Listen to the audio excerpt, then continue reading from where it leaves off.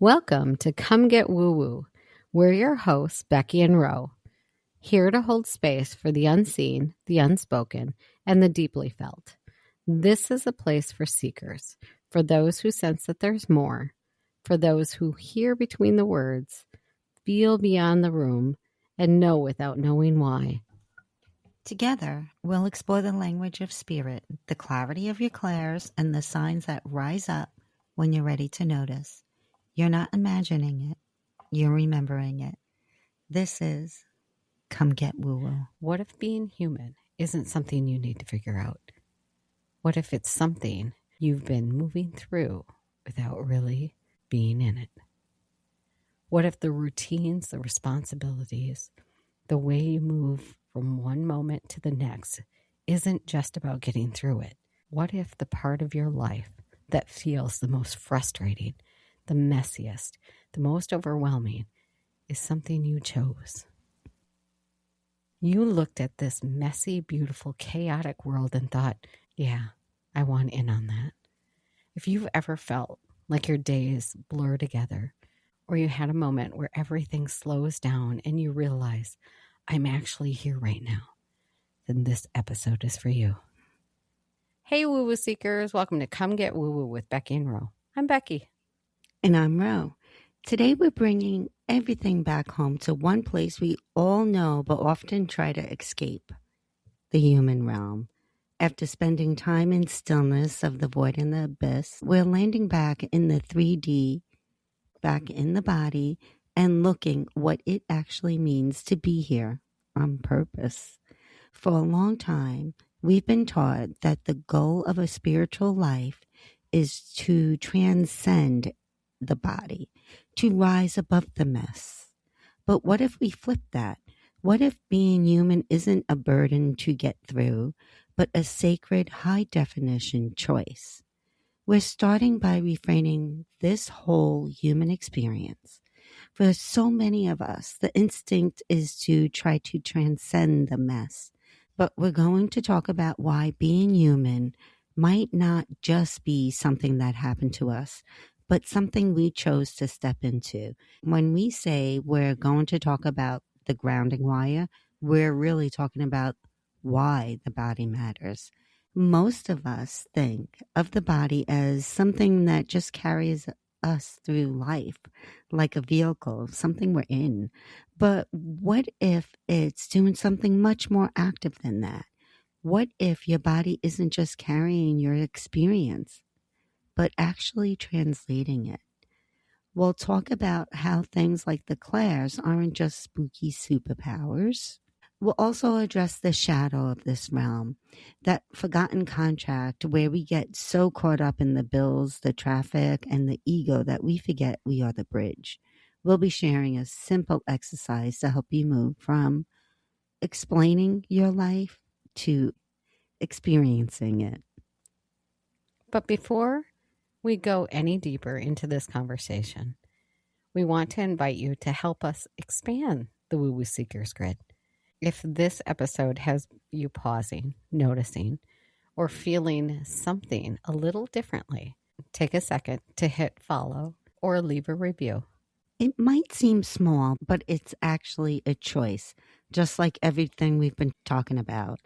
It's a way of taking something you felt here and grounding it into action. It helps the algorithm recognize that this kind of presence, this kind of conversation is worth sharing, so it can reach other seekers who are ready to step into their own human experience. So, Becky, do you want to start us off? Absolutely. I think to start this off, we really need to discuss something we've dubbed the shift, or the real initiation. Most people think initiation is a yes to God or yes to your guides, but we believe that this happens when you stop living on autopilot. It starts with the sacred no, a no to being a ghost in your own life, a no to the constant urge to look for an exit sign. It's the moment you stop looking for a way out of the mess and decide to get your hands dirty. Let's talk about why we're afraid of the mess. how that mess is actually where the magic translated into form. When you stop trying to bypass the mess of the 3D, you enter what we call the frequency of choice. And this is where the human realm reveals its real power. To understand why it's so potent, you have to look at the mechanics of contrast. In the higher realm, what we call the faster realms, the gap between a thought and its reality is actually zero. There is no delay. If you imagine a mountain, you're instantly standing on the peak. If you think of a rose, you can smell it immediately. It sounds beautiful, but it means there is absolutely no resistance. Without resistance, there is no friction. Without friction, you can't actually build anything that lasts. You can't test your strength if nothing is pushing back against you. Think of it as the difference between imagining a workout and actually lifting the weights. That is why the human realm is such a masterpiece of spiritual engineering. It features a deliberate built-in human buffer, a high-definition, high-tech time delay between the moment you spark an idea and the moment that idea solidifies into physical fact. This is the sacred realm of the slow build. Think of it like this. If you want to build a sanctuary in your mind, it's done in a heartbeat. But if you want to build a sanctuary here in the 3D, you have to buy the bricks, you have to haul them to the site, you have to mix the mortar, and you have to lay them down one by one. Even when your back hurts, even when the weather changes, and even when your human ego is completely exhausted, that delay, the space between the thought of a sanctuary and the reality of building it, is the buffer. Most of us treat this delay like it's a bug in the system. We get incredibly frustrated. We think we're buffering or failing because things aren't happening fast enough, wishing we could just manifest the idea of a house, the perfect career, or the healed body in one single instant breath. But the buffer isn't a glitch. It's the entire point of the assignment. The absolute effort of laying those physical bricks is what builds your soul character. In the faster realms, you don't need patience because there's nothing to wait for. You don't need resilience because there's nothing pushing back against you. You don't need commitment because everything is entirely effortless.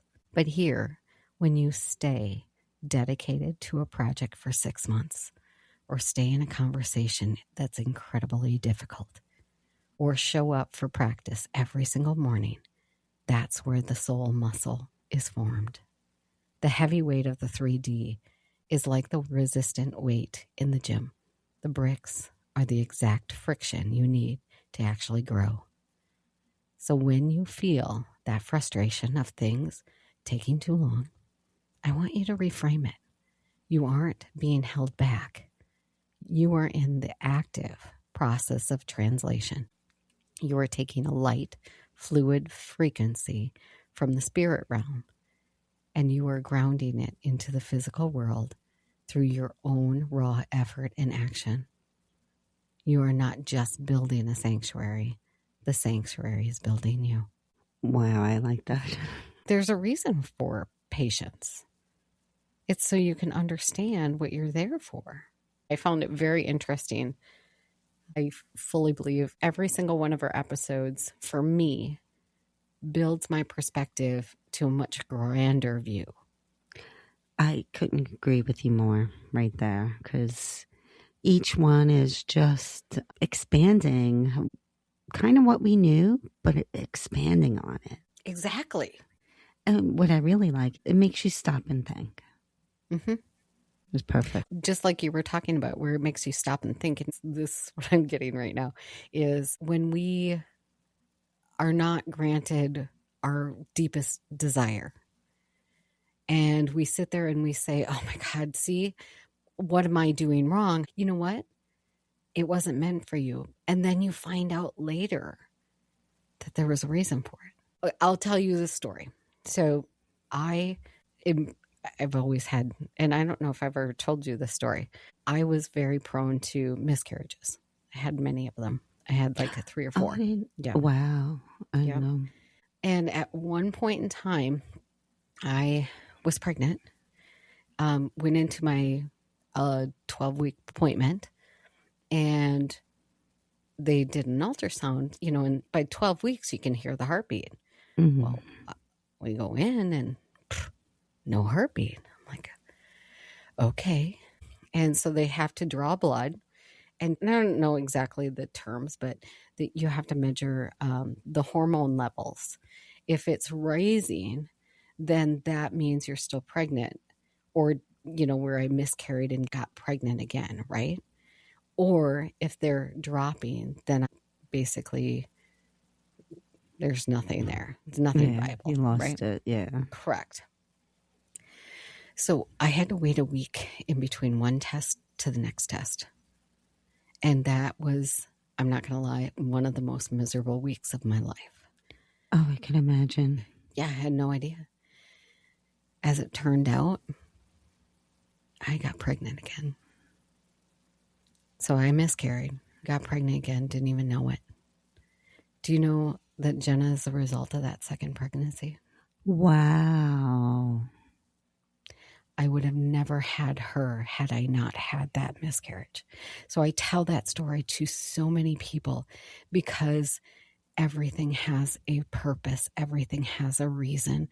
You don't understand it. You don't know what it is, but it's still there.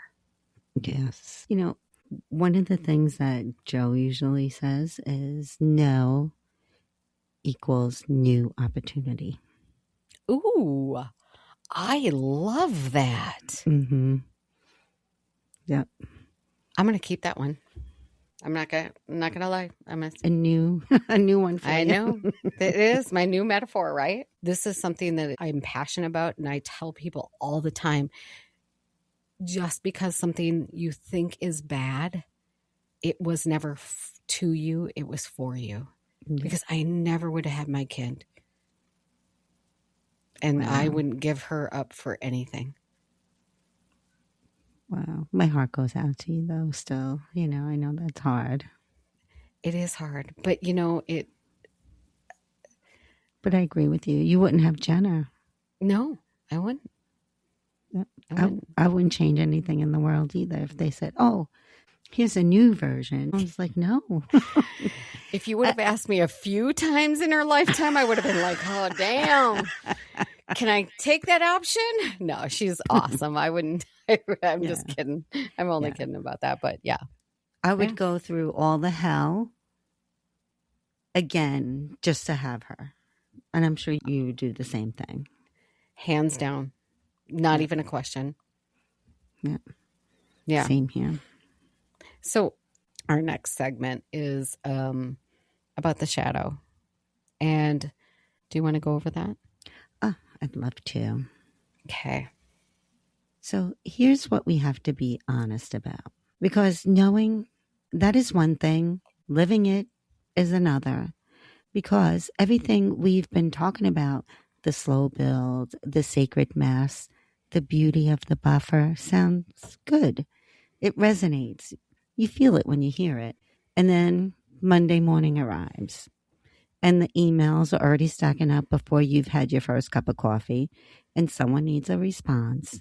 And you told yourself this was going to be the week. You finally got ahead of it. And before you even realize it's happening, you're gone. Not physically. You're still in your kitchen, still in your body technically. But your awareness, it's already 2 p.m. It's already in the meeting. It's already calculating how many things you could get done before the day runs out. That's what we call hovering. And here's what makes the hustle culture so insidious.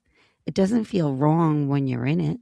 It actually feels like alignment because it borrows all the right language, purpose, calling, impact, momentum. It sounds like you're finally doing the thing, moving toward the something, being who you're meant to be. But here's the difference between moving with intention and running from stillness. And your body knows which one it is, even when your mind is completely convinced otherwise. Because hustle culture isn't asking you to show up fully, it's asking you to show up fast. And those are not the same thing. Think about what actually happens in your body when you're in that state. Your jaw tightens, your breath gets shallow, you stop tasting your food because you're eating and answering a message at the same time. You stop hearing the people in the room because the part of you is already somewhere else. You're not actually living those hours, you're burning through them. And we call that productivity. But here's what we think is actually happening. When you agreed to come into this human experience, into this body, into this 3D life, you signed on for a specific pace, the pace of breath, the rhythm of seasons, the slow, deliberate unfolding of time. You agreed to be a grounding wire. Hustle culture asks you to violate that contract every single day. It asks you to move at the speed of information in your body, built for the speed of experience. When you try to run at spirit speed while living in bone and blood, something in you starts to seize.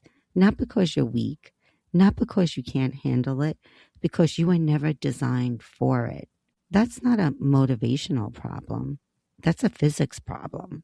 And that exhaustion you feel at the end of those days, the sleep that doesn't fully fix, that's just not tiredness. That's what it feels like to have been everywhere and nowhere at the same time, to have moved through an entire day without actually landing in any of it. You aren't present for your own life, and some part of you knows that. So the question isn't how do you do more? The question is, can you feel the difference between moving through your life and actually being in it? Because coming back to your contract doesn't mean you stop being productive. It doesn't mean you work less or care less or stop showing up. It means you stop hovering. It means you put your feet back on the ground. You feel the weight of what's actually in your hands right now. You stop trying to live 3 hours ahead of yourself, and you come back fully, deliberately to this. Because the grounding wire only works when it's planted. You can't conduct anything from 6 inches off the ground. And the most radical thing you can do in a culture that profits from your frantic energy is to actually arrive. Wow. I lived this life. Oh, I agree totally. I mean, here it's going to be June. What happened to March, April, and May, you know? I don't know if you find it, though. Could you let me know where it is? Because I'm pretty sure I missed some of those days. I agree. We started this episode off a little different. Do you want to walk us into what the human realm actually is? Absolutely. So the human realm is the experience of being here in the body in real time. It's where everything is tangible, where thoughts turn into action, where emotions move through your body, where experience isn't just observed, it's felt. The human realm is dense, it's sensory, it's high definition grounding in a way nothing else is. You feel everything here, the weight of your body, the sharpness of your breath, the temperature of the air on your skin, the pull of emotion as it moves through you. And for all of us, the instinct is to move away from all of that, to rise above, to make sense of it, and to get back to something lighter and something easier to hold. But what if the part of our journey isn't about ascending at all? It's about fully arriving in the body, in the weight, and in the mess of being human. So you're going to feel instead of avoiding. You're going to experience instead of explain. Being here instead of trying to get somewhere else, where you can feel the joy and frustration in the same day, where clarity and confusion can exist at the same time, where things don't always make sense, but they still move you. Because this realm is life. This realm, this life, isn't something you came here to escape. It's something you came here to enter. The human realm is where you engage with life through your senses, through touch, sound, breath, reaction. It is also the realm of choice. Not in a perfect, controlled way, but in small, everyday moments. So maybe it's how you respond, what you stay with, what you avoid, what you allow yourself to feel. Maybe most importantly, the human realm is where growth isn't instant.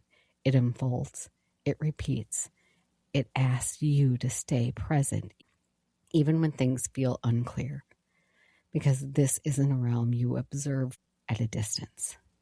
It's one you're fully inside of. Now, earlier I mentioned the human bridge. Do you want to explain to us what that bridge is? Absolutely. We talked about the human bridge, and this isn't somewhere you go. It's something you're in. It's the space between what you know on a soul level and what you actually live in your day-to-day life. Because your soul might recognize the truth instantly. It might feel aligned, clear, or even certain. But your human experience, that takes time. It questions. It reacts. It hesitates. It feels everything fully before it understands anything. The human bridge is that exact point. It's where you feel something deeply, but you don't immediately know what to do with it. Where you can see a pattern clearly, but still feel yourself pulled back into it. The human realm is the only place where both can exist at the same time. Clarity and confusion, love and fear, trust and doubt, not as opposites fighting each other, but as experiences asking you to choose between them. And that's what makes this a bridge, because you're not locked into one side or the other. You're not just your instinct. You're not just your awareness. You're the one standing in the middle, deciding which direction to move in. This is the realm where nothing is automatic. You don't automatically respond with love. You don't automatically grow. You don't automatically stay aware. You're given the opportunity to. And every time you choose it, it becomes more real. When you started talking, it reminded me of, I was talking to Nancy earlier today, and we were talking about, she was on the gym, and I had mentioned in one of her other episodes how my mind would get in the way of my intuition. My intuition was telling me that it was one thing. And she goes, "You're 100% right." Because my intuition was like, "No, it's this." And I'm like, there's no way that this can be the same. So it's where that human experience, that ego gets in the way and changes things. I agree with you, but it's very hard to do that. It's very hard to trust because your ego sometimes wants it one way. But that's what the gym is about. It's you go with your instinct. You go with that first snap decision. And for those that don't know about the gym, on our website, It's the Seeker's Intuitive Gym, and there's an Intuition Gym and a Mediumship Gym. so if you haven't had a chance to look at it, go. It's fun.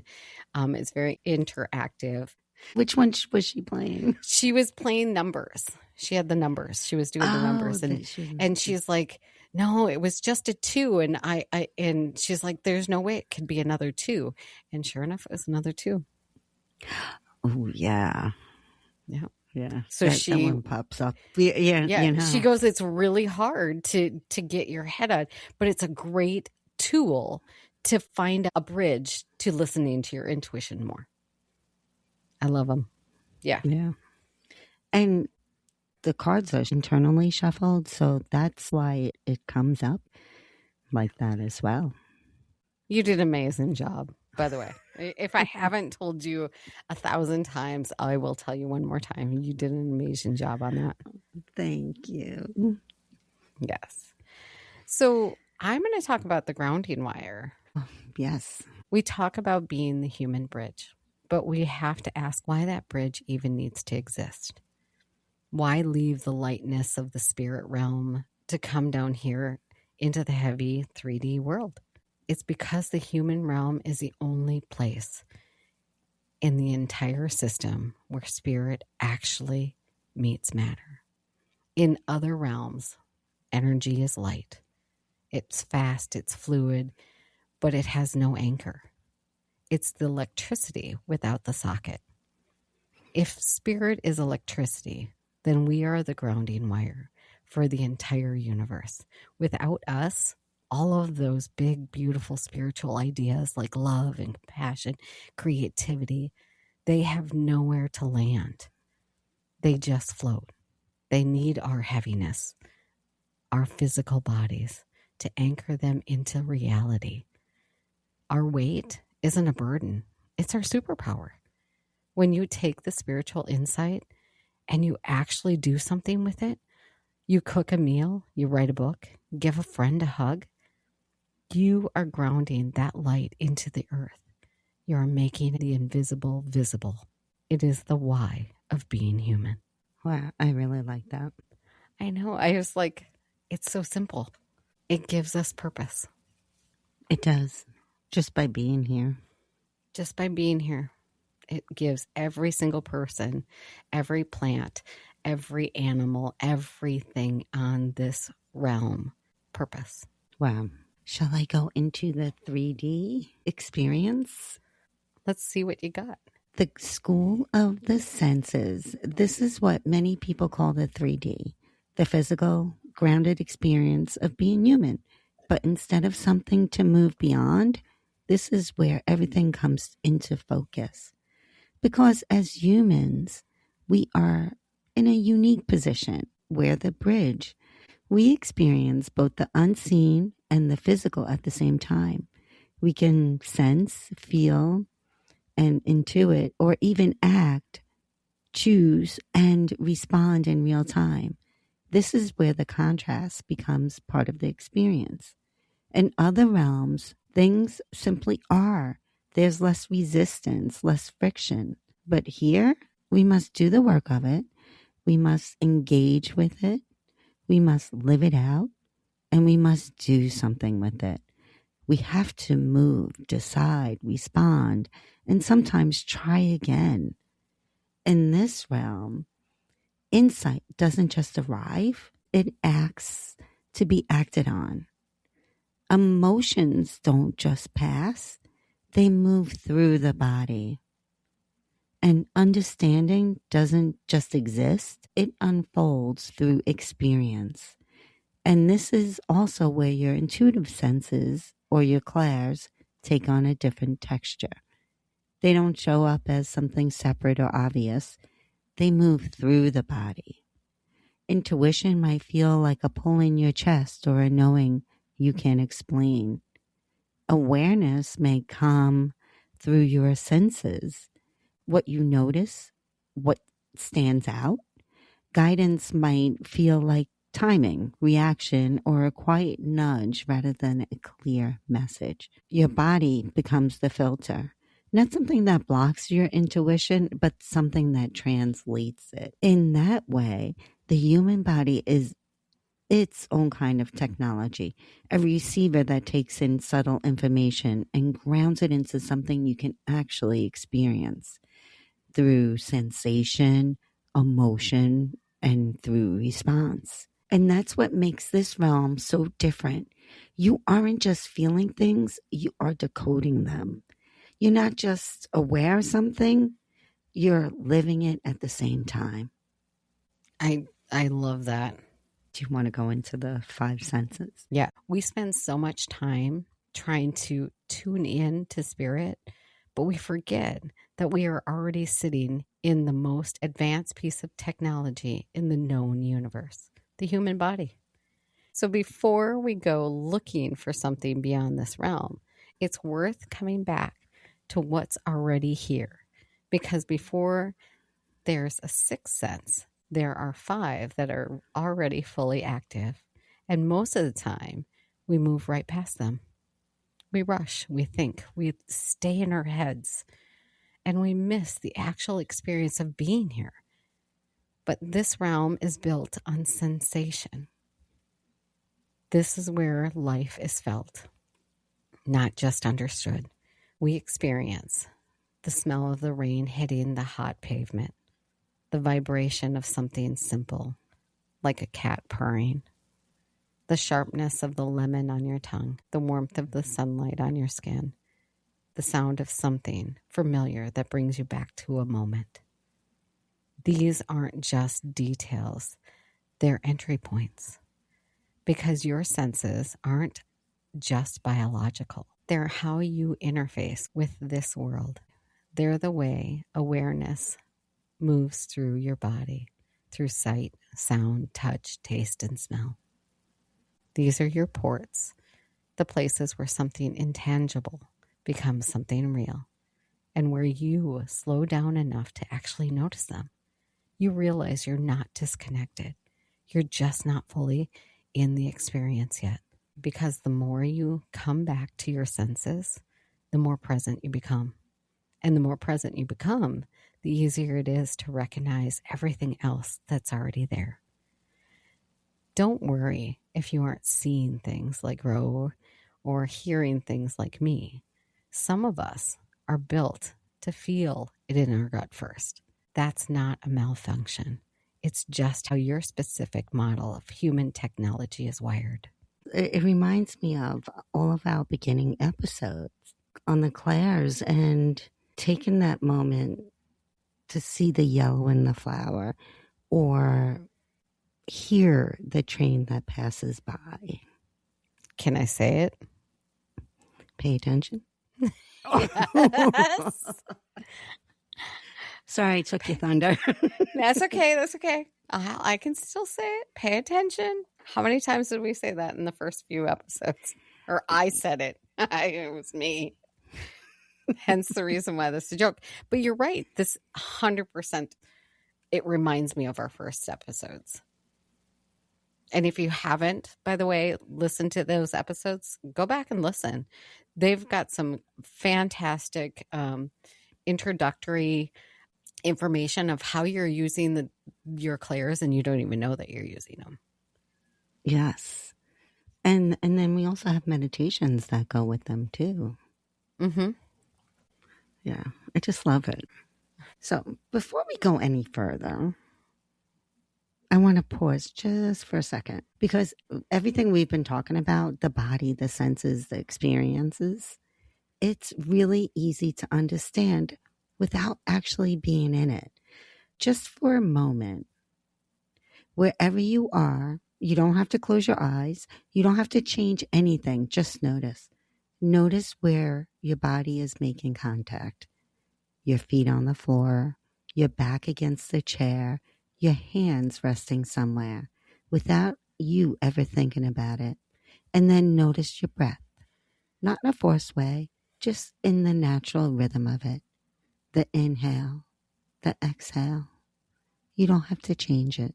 Just follow it for a second. And now bring your attention to one sensation, just one. Maybe it's the temperature of the air on your skin. Maybe it's the weight of your clothes. Maybe it's the sound in the background you hadn't noticed until now. And instead of labeling it or trying to figure it out, just let it be there. Because this right here, this is the human realm. Not the idea of it, not the explanation of it.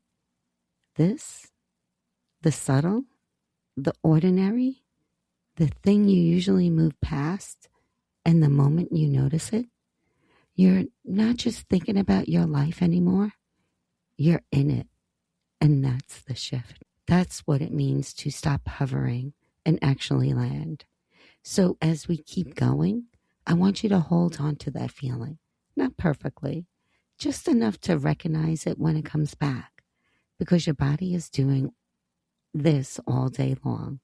Sending signals, offering information, bringing you back into the moment. We've just been trained to move past it. But what if that's where everything actually starts? Can I tell you that I just feel way more grounded after you were just talking about that? Oh, yeah, I could feel my feet on the floor now. Right. Yeah. And being okay with the weight of it. Mm-hmm. You know, I don't need to rush. I just stationary.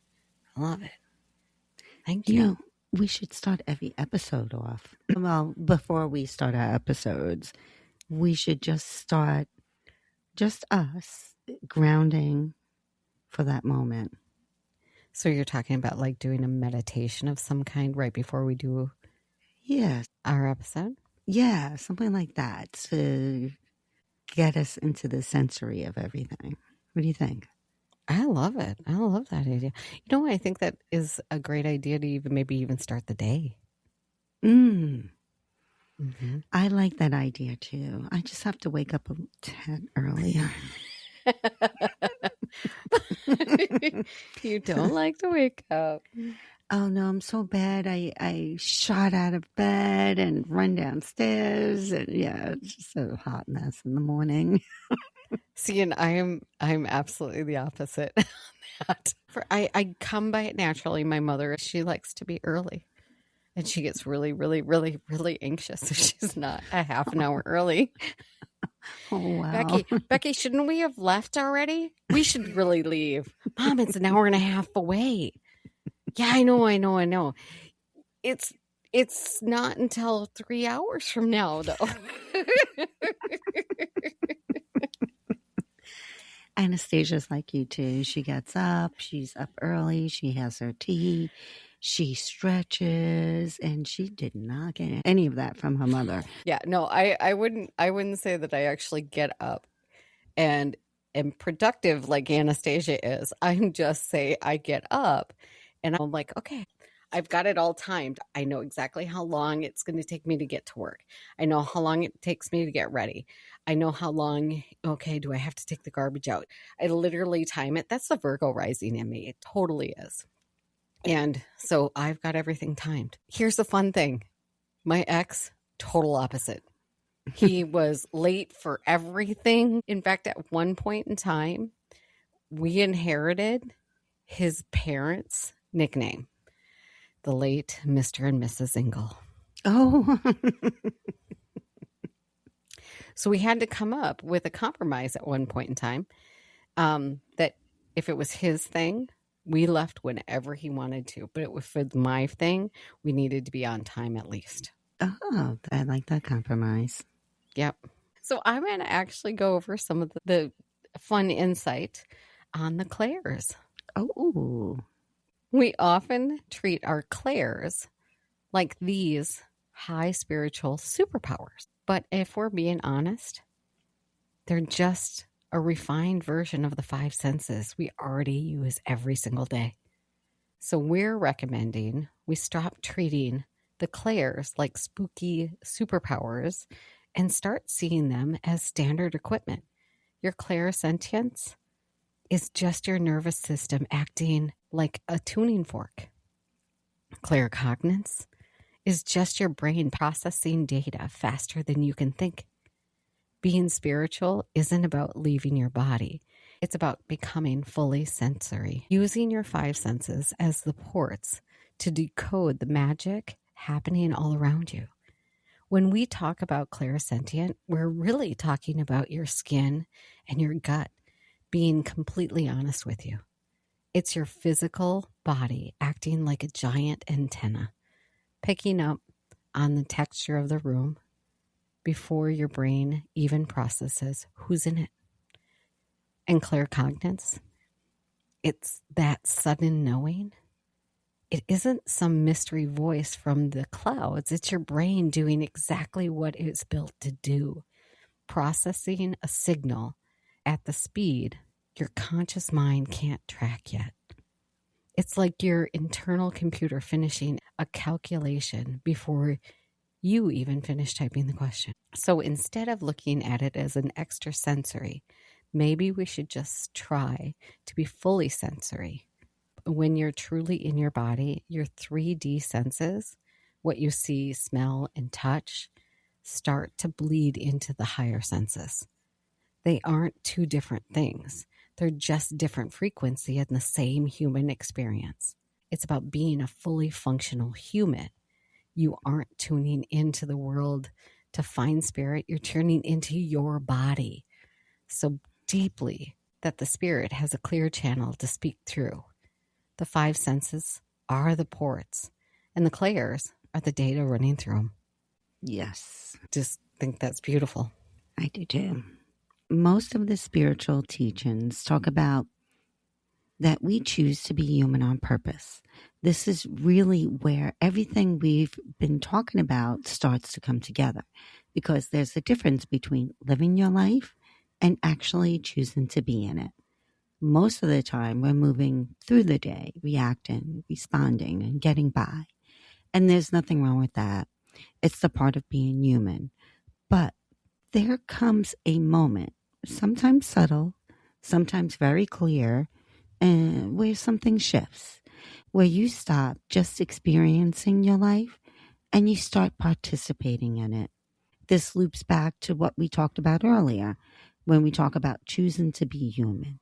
We actually focus on the yes, but I think the real initiation, the moment you actually step into your power, starts with a very specific kind of no. Because to be human on purpose, you have to stop living on autopilot. You have to say no to being a ghost in your own life. Just checking the boxes and waiting for 5 p.m. so you can finally go meditate or get back to your spiritual stuff. We treat our human lives like a waiting room for the afterlife or the higher realms. But the initiation starts when you finally stop trying to leave. When you say no, you're forced to actually occupy your space.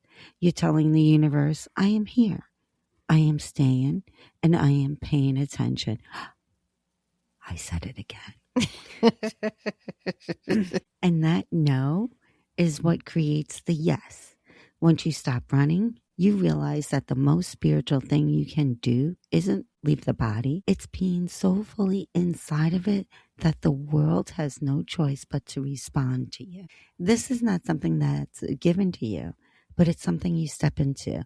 It doesn't have to be big or dramatic. It can happen in the smallest of moments. Choosing to be present instead of distracted. Choosing to respond instead of reacting. Choosing to stay with something instead of avoiding it. And choosing to feel something instead of pushing it away. And the part of the reason we move out of the body so quickly is because feeling isn't always comfortable. Being present means you feel everything, not just the calm, not just the clarity, but the tension, the uncertainty, the things that don't have answers yet. And for a lot of us, we learned without even realizing it that it's easier to stay in the mind, to explain it, to analyze it, and to move past it. Because being in the body means being in the moment. And the moment isn't always neat. But avoiding it doesn't make it go away. It just keeps you slightly outside of your own life. And that's the piece we're shifting here. Not forcing yourself to feel everything all at once, but slowly building the capacity to stay with what's already there. It's the quiet shift, but it changes everything. Because this is also where you begin to move out of the idea that life is just happening to you, but for you. And that doesn't mean everything becomes easy or controlled or perfectly understood. It means you start to recognize your role within it. Not as a victim of every experience, not as someone trying to escape what's happening, but as someone who is actively participating in it. Sometimes that looks like saying yes, and sometimes it looks like saying no. Saying no or staying disconnected. No to move through your life without awareness. No to giving your power away to everything outside of you. and that no becomes its own kind of initiation.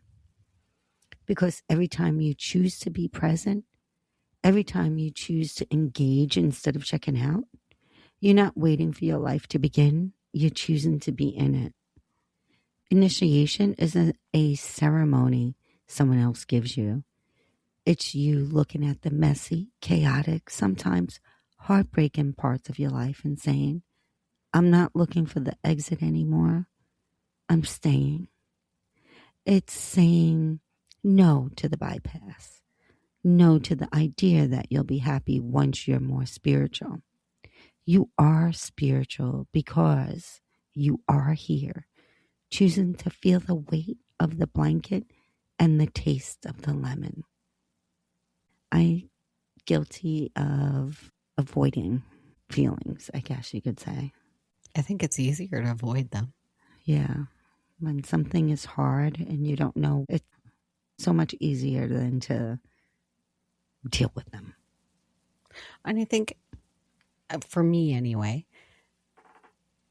especially at one point in time, the harder it got, the more I ignored.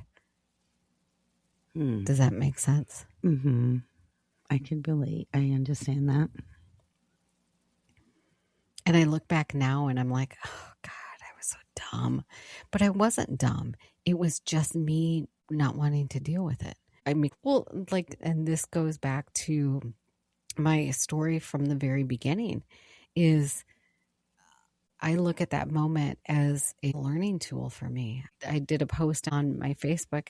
There's no guarantees. It's guarantees going to give you lemons. I think it's important that you make sure that you have people around you that have all the ingredients to make lemonade. Ah, yes. When you said lemons, I thought of lemonade, but yes. There you go. I love that you have the people around you to make lemonade. I love that. And I make it a habit, and you know this, every now and again, just reaching out to especially those people that got me through some of the hardest times and made an impact in my life, and thank them.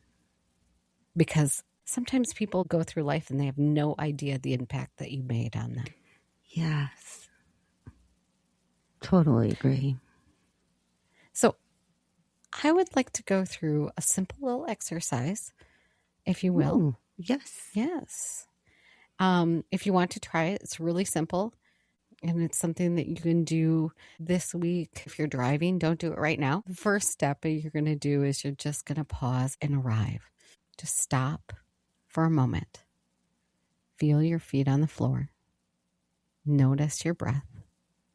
And let yourself arrive in your body instead of rushing ahead of it. Then you're going to pick one simple human task you're already going to do today. It could be making your bed, washing dishes, folding laundry, even brushing your hair, or for Ro, making tea. Anything that's just ordinary. Bring your full attention to it. As you do it, slow down just enough to actually notice it. Notice the texture, the temperature, the weight, the movement. If you're eating, really taste your food. If you're getting dressed, feel the fabric on your skin. If you're making your bed, notice the pull of the blankets in your hands. Then I want you to treat it like it matters. Do that small thing as if it's not just a task, but a moment of presence. Not because it has to be perfect, but because you're choosing to be fully there while it happens. And I want you to do something. I want you to notice what happens after. When you're all done and you just checked in, how does it feel? Or do you feel a little bit more grounded? Just notice. That's all it is. Very simple. You're doing the task anyway. At least this time I was able to do some of that while you were speaking. I'll have to do that later. Well, I'm going to try. Now it's our assignment. I've got to do these a couple things. Be more present and be more aware in your tasks. We have a lot of different tasks because I have one coming up too. As we close today's episode, there's one thing to take from all of this. It's this. Being spiritually aware doesn't make you less human. If anything, it asks you to be more human, more present, more in your body, and more willing to actually experience what's here. Because this isn't about rising above your life, it's about being fully in it. If you're ready to stop hovering and start inhabiting your life, I have a challenge for you this week. It's a simple ritual to help you honor your human contract. Once a day, I want you to pick one invisible sensation, something so ordinary you usually move right past it. It might be the hum of your refrigerator, the specific weight of the phone in your palm, or the way the air feels against your skin when you walk outside. For just 60 seconds, I want you to give that sensation your entire world. Don't try to find a message in it. Don't analyze why it's there. Just witness it. No meaning, no story, just pure, raw awareness. Think of this as plugging into your port. The more you anchor yourself into what is real, physical, and present, the harder it becomes for the chaos of the world to pull you out of your body. This is what it means to be a grounded seeker. It's not about escaping the 3D to find the light. It's about being the light that is so present. The 3D can't help but sparkle. You stopped looking for the exit sign. You've stepped onto the bridge, and now you've finally arrived. Now you're choosing to be human on purpose. You know what? We should challenge everybody. We'd love to hear what you notice in this 60 seconds. Send us an email. Love to hear it. Oh, I love that idea. And I just love doing this episode. This was really fun. So, Becky, what are we doing next week? In our next episode, we're stepping into the body in the somatic realm, something that really fascinated us and honestly opened up a whole new layer of this conversation. And we're excited to explore what that realm actually is, how it's constantly speaking to you, and how it might show up for you. And here are the words for this week from the Woo Woo Seeker's Journal, A Journey for Your Signs and Symbols, Book 1. Lover and Meadow. See what rises, see what resonates. You can find the meditations for these words on our YouTube channel at Woo Woo Seekers. All of the words can be found with direct links in our newsletter that can be found at comegetwoowoo.com, with new meditations released the first of every month. If you want to deepen your own journey, explore our other meditation series, The Sacred Tree or The Soul's Garden, also available on our YouTube channel at Woo Woo Seekers. Thanks, everyone. Thanks for getting woo-woo with us today. If something sparked a memory, a message, or just made you smile, share it with a fellow seeker, because the journey is always better when you can grow together. Be sure to find us on TikTok, Instagram, and YouTube at Woo Woo Seekers, so you can like, follow, and subscribe. You can also follow us by visiting our website, comegetwoowoo.com. We are so much more than just another podcast. We're building a community of seekers just like us. We love hearing from you. If you've got signs, symbols, or stories that you want to share, email us at woowooseekers@gmail.com. Or any questions about today's episode, you can email us at comegetwoowoo@gmail.com. Until next time, stay curious, stay open, and as always, come get woo-woo with us.